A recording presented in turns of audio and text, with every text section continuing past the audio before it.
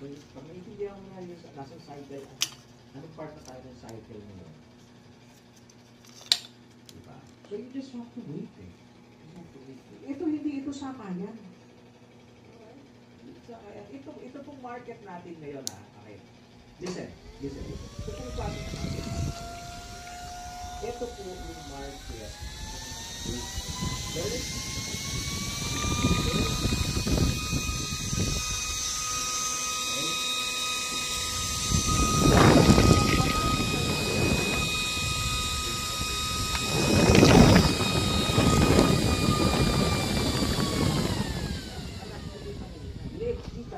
kasi dyan nag-i-scratch yan.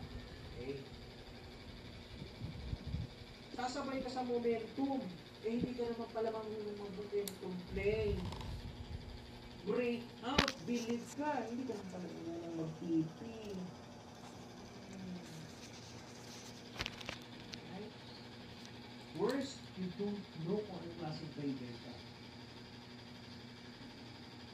You don't have to make it into speed. Hindi ko alam kung anong klaseng trader. You have to identify anong klaseng trader pa ako. Okay? Alright. So, para malaman niya, meron tayong hindi free webinar. Hindi ko po sa mga video ko. Huwag na yung if you want to start ito po mga ito po ba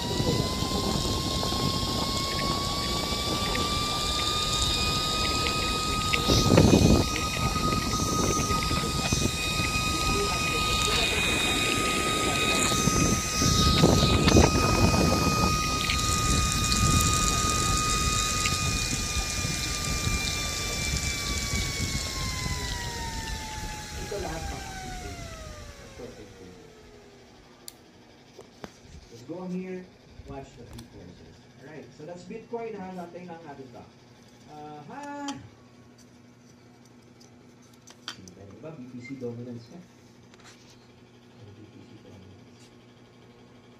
Bumababa naman lang. Ano nangyayari sa alt market? USDC dominance. USDC dominance. Saka total 3 mamaya. Oh, bumababa rin ito. Bumababa rin ito. Tignan natin yung total. Yung market cap. Just to so, bakit naman?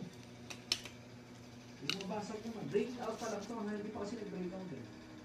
Hindi pa confirm yung breakout niya eh. No? Nag-close pa lang tayo obvious.